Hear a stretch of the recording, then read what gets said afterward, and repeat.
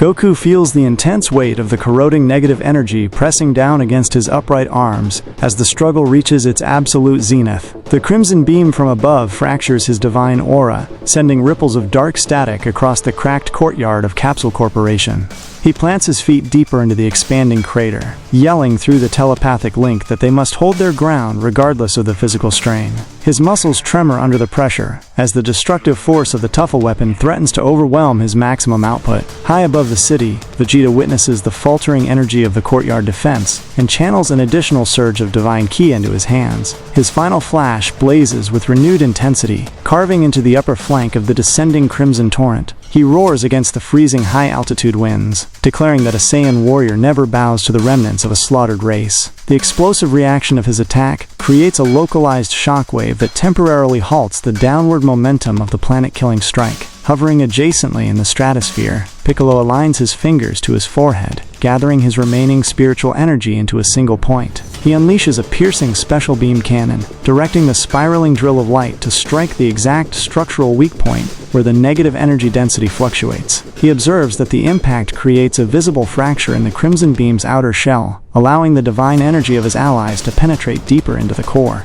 He communicates this tactical opening to the fighters below, urging them to strike simultaneously. Deep within the subterranean fallback bunker, Bulma monitors the live structural analytics on her handheld terminal, ignoring the flashing red warning indicators. She identifies the specific frequency of the negative polarity that is actively destabilizing the Saiyan's divine ki. She inputs a rapid series of override commands into the terminal, transmitting a targeted harmonic disruption signal through the facility's surface antenna array. She explains through the emergency audio channel that this frequency will temporarily neutralize the corrosive properties of the Tuffle attack if properly matched. Sitting beside the terminal, Pan closes her eyes and concentrates on the volatile energy vibrations passing through the reinforced concrete walls. She suppresses her rising fear, channeling her own nascent spiritual energy into the portable transmitter to help stabilize the flickering broadcast signal. She informs her companion that she can feel her father's energy stabilizing on the surface as the disruption wave begins to take effect. Her small aura flares briefly, providing a steady anchor for the local communication network. Moving silently into the crumbling courtyard, Whis receives the technological data through the glowing crystal orb of his divine staff. He rotates the staff gracefully,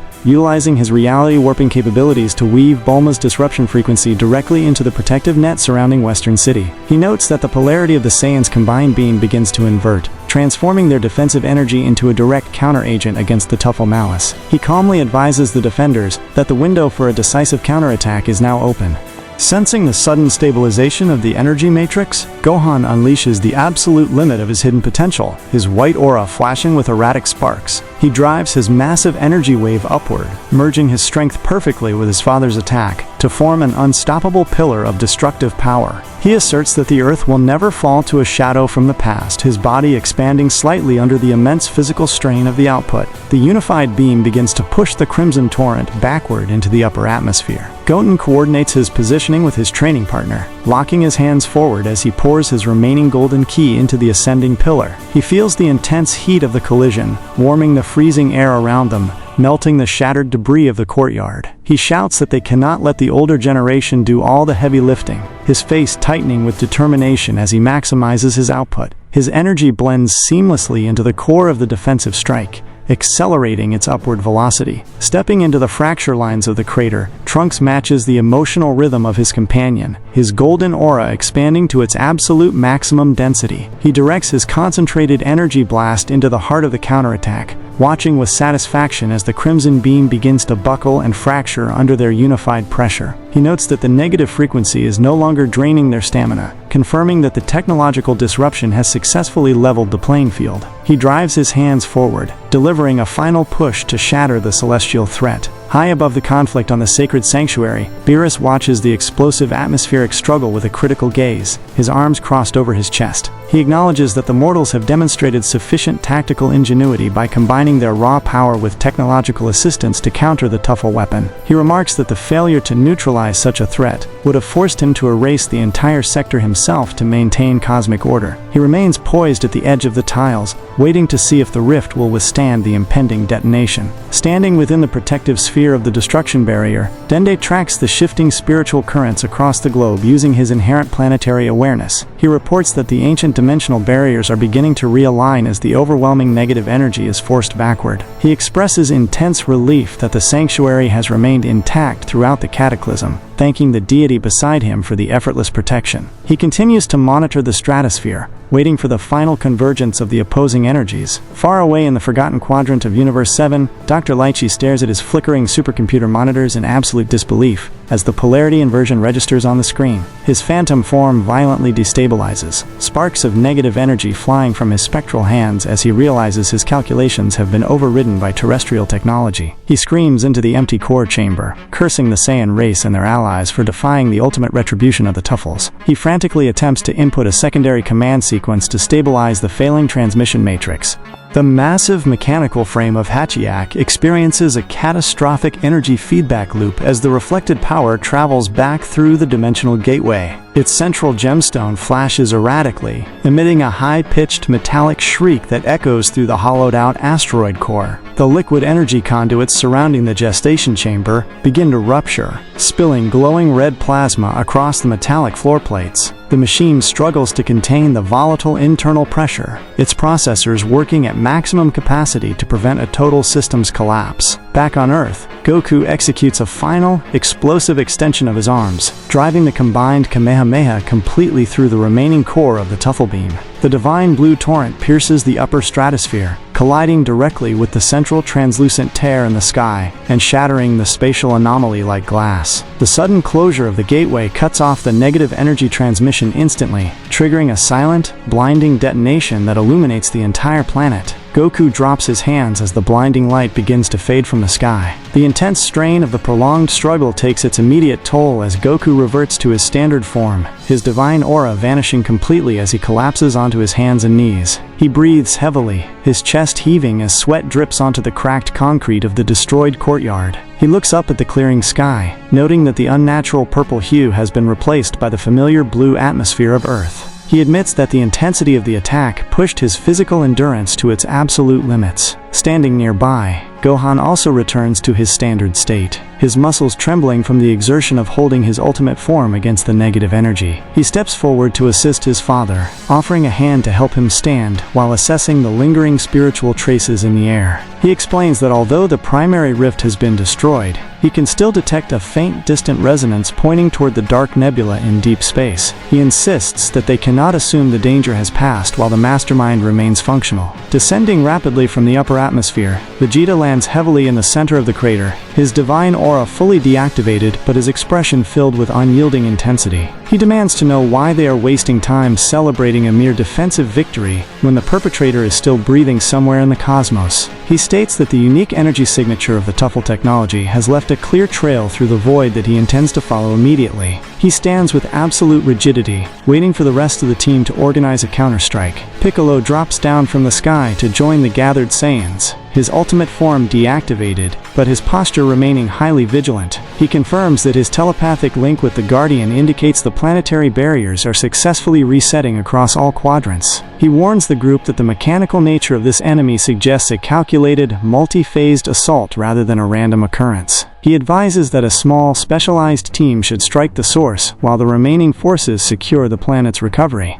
The heavy steel door of the underground fallback bunker slides open, allowing Bulma to step out into the ruined courtyard while holding her modified portable tracking device. She displays the digital interface to the warriors, pointing to a flashing red coordinate set located within a dark, uncharted nebula millions of light years away. She explains that the telemetry gathered during the beam collision has allowed her to map the exact origin point of the negative energy transmission. She warns that the technological defenses surrounding the asteroid are highly sophisticated. Following closely behind Bulma, Pan runs over to Gohan, expressing her relief that the immediate destruction of Western City has been averted. She asks if she can accompany the team to the remote space coordinates, arguing that her ability to stabilize energy signatures could prove useful against the Tuffle machinery. Her father gently declines her request, explaining that the nature of the upcoming mission requires maximum combat experience to ensure a swift victory. She accepts the decision reluctantly, stepping back to stand beside Bulma. Moving silently into the center of the group, Whis taps his divine staff against the ground, releasing a gentle wave of sparkling light that instantly rejuvenates the exhausted fighters. He restores their physical stamina and replenishes their depleted ki reserves, ensuring they are fully prepared for immediate cosmic travel. He notes that the cosmic disruption has sufficiently settled to allow for a precise divine transit directly to the Dark Nebula. He inquires who among them will be undertaking the journey to eliminate the mechanical threat. Goku stretches his arms as his physical exhaustion vanishes, a familiar grin returning to his face as he steps toward the angel. He volunteers to lead the assault on the dark asteroid, stating that he is eager to see the true power of the machine that managed to push them so far. He requests that Whis transport them to the target, coordinates immediately before the enemy has a chance to formulate a secondary defensive strategy. He looks toward his rival, inviting him to join the vanguard. Vegeta scoffs at his rival's enthusiasm, stepping forward to stand beside the angel staff while asserting his dominance over the upcoming mission. He declares that he will be the one to personally dismantle the Tuffle creation, as the eradication of their hatred is a matter of Saiyan honor that he will not leave unfinished. He commands Whis to initiate the transit without further delay, eager to unleash his full power against a substantial opponent. He focuses entirely on the cosmic trail ahead, dismissing any further discussion.